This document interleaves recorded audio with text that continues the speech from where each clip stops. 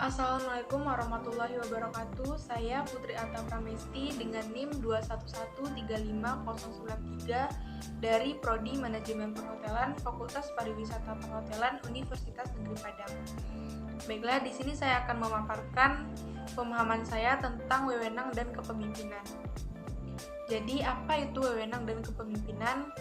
Wewenang atau authority merupakan syarat yang berfungsi sebagai penggerak daripada kegiatan-kegiatan. Wewenang yang bersifat informal untuk mendapatkan kerjasama yang baik dengan bawahan. Di samping itu, wewenang juga tergantung pada kemampuan ilmu pengetahuan, pengalaman, dan kepemimpinan. Wewenang berfungsi untuk menjalankan kegiatan yang ada dalam organisasi. Wewenang dapat diartikan sebagai hak untuk memerintah orang lain, untuk melakukan atau tidak melakukan sesuatu agar tujuan dapat tercapai. Pengorganisasian atau organizing merupakan proses penyusunan struktur organisasi yang sesuai dengan tujuan organisasi, sumber daya yang dimilikinya, dan lingkungan yang melingkupinya. T. Hani Handoko membagi dua pandangan yang saling berlawanan mengenai sumber wewenang. Yang pertama ada teori formal atau pandangan klasik. Wewenang adalah dianugerahkan. Dua, wewenang ada karena seseorang diberikan atau dilimpahkan hal tersebut. Pandangan menganggap bahwa wewenang berasal dari tingkat masyarakat yang sangat tinggi dan kemudian secara hukum diturunkan dari tingkat ke tingkat. Yang kedua yaitu teori penerimaan atau acceptance the order of authority. Berpendapat bahwa wewenang seseorang timbul hanya bila hal itu diterima oleh kelompok atau individu kepada siapa wewenang tersebut dijalankan, dan ini tidak tergantung pada penerima atau receiver. Selanjutnya yaitu ada struktur lini, staf, dan fungsional dan wewenangnya. Satu yaitu organisasi lini. Semua organisasi mempunyai sejumlah fungsi-fungsi dasar yang harus dilaksanakan. Contohnya, organisasi perusahaan biasanya mempunyai 3 fungsi dasar, yaitu produksi, manufaktur, atau operasi. Lalu pemasaran atau penjualan dan keuangan. Fungsi-fungsi dasar tersebut dilaksanakan oleh semua organisasi. Yang kedua yaitu organisasi lini dan staf. Staf merupakan individu atau kelompok dalam struktur organisasi yang fungsi utamanya memberikan saran dan pelayanan terhadap fungsi lini. Karyawan staf atau staf departemen tidak secara langsung terlibat dalam kegiatan utama organisasi atau departemen. Selanjutnya yaitu wewenang lini, staf, dan fungsional. 1. Wewenang lini adalah wewenang di mana atasan melakukan atas bawahannya langsung, yaitu atasan langsung memberi wewenang kepada bawahannya. Wujudnya dalam wewenang perintah dan tercermin sebagai rantai perintah yang diturunkan ke bawahan melalui tingkatan organisasi. Yang kedua yaitu wewenang staf.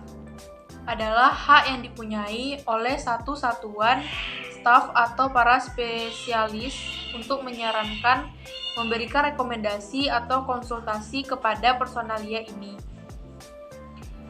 Kualifikasi yang harus dipenuhi oleh orang yang duduk sebagai staf yaitu dengan menganalisa melalui metode kuesioner, metode observasi, metode wawancara, atau dengan menggabungkan ketiganya.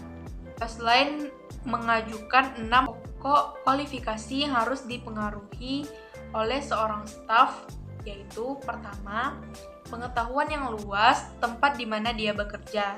Yang kedua yaitu punya sifat kesetiaan tenaga yang besar, kesehatan yang baik, inisiatif, pertimbangan yang baik, dan kepandaian yang ramah.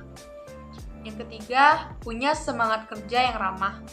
Yang keempat, kestabilan emosi dan tingkah laku yang sopan. Yang kelima yaitu kesederhanaan. Yang keenam, kemauan baik dan optimis. Materi selanjutnya yaitu kepemimpinan. Makna dan prinsip dari kepemimpinan. Kepemimpinan atau leadership adalah kemampuan seseorang untuk berkomunikasi dan mempengaruhi orang melalui ide-ide dan kehendaknya, sehingga terbentuk sebuah ikatan sekelompok orang yang bersedia bergerak karena pengaruhnya. Menurut Weyrich and Cons, pada tahun 1993, kepemimpinan merupakan seni atau proses mempengaruhi orang lain, sehingga mereka bersedia dengan kemampuan sendiri dan secara antusias bekerja untuk mencapai tujuan organisasi. Sedangkan menurut Hillary Gill and Sloch 1992, menerjemahkan kepemimpinan sebagai kemampuan untuk mempengaruhi, memotivasi, dan mengarahkan orang lain guna mencapai tujuan. Pemimpin adalah mereka yang kehadirannya diharapkan dan suaranya didengarkan oleh pengikutnya. Pemimpin yang sukses adalah pemimpin yang ide, pemikiran, dan ajarannya tetap dikerjakan dan tetap berpengaruh kepada orang lain walaupun dia telah meninggal dunia.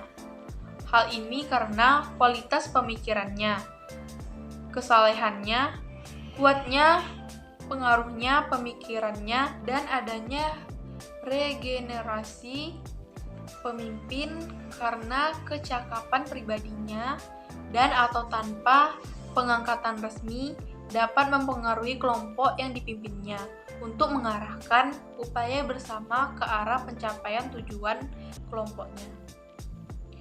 Prinsip dasar pemimpin diantaranya adalah 1. Pelajaran. Seorang pemimpin yang berbobot adalah mereka yang mampu memberikan pelajaran bagi diri dan lingkungan serta para pengikutnya. Pelajaran tersebut tidak harus berupa dengan ceramah atau lisan. Disinilah yang paling penting bagi seorang pemimpin agar mampu memberikan pelajaran dengan muatan motivasi yang tinggi sehingga mampu menjadi energizer bagi para pengikutnya. Berikutnya yaitu diskusi dan musyawarah. Bagi seorang pemimpin, sebuah proses learning yang paling efektif adalah dengan diskusi dan musyawarah.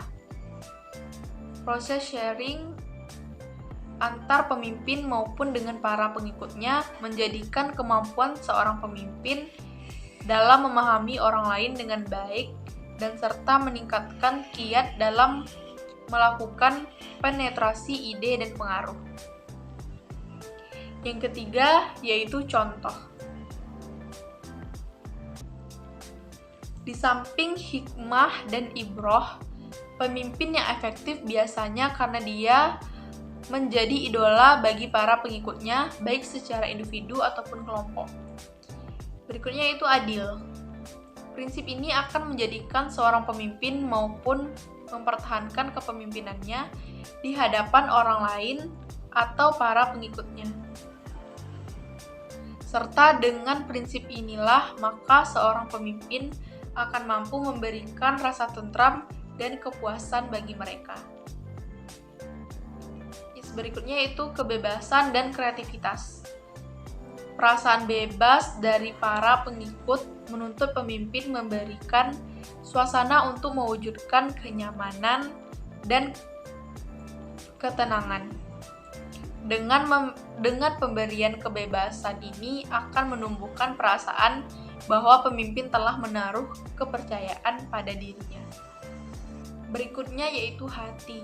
Akan begitu berserah kerusakan yang ditimbulkan oleh seorang pemimpin yang tidak memiliki hati atau nurani, dan akan begitu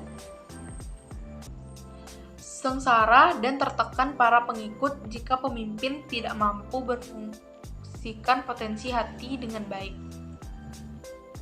Selanjutnya yaitu empati. Pemimpin yang mampu memahami kondisi anak buah atau pengikutnya akan menghidupkan keinginan pada dirinya bagaimana memberikan yang terbaik bagi mereka yang dipimpinnya. Selanjutnya, yaitu memanfaatkan potensi. Seseorang pemimpin juga seorang manusia yang memiliki potensi seperti manusia yang lainnya. Potensi inti manusia terdiri dari 4 hal, yaitu intelektual, capital, soft capital, physical capital, dan social capital. Agar mampu mengoptimalkan semua potensi, maka seorang pemimpin dituntut untuk memahami potensi yang dimiliki serta kecenderungan dan tantangan yang dihadapi. Jadi, definisi mengenai kepemimpinan yang telah muncul dari berbagai macam literatur menunjukkan definisi yang hampir seragam, yaitu kemampuan mempengaruhi orang lain atau kelompok yang bertujuan untuk melakukan sesuatu dalam mencapai tujuan tertentu. Jadi itulah yang bisa saya sampaikan. Lebih dan kurang saya mohon maaf. Wassalamualaikum warahmatullahi wabarakatuh.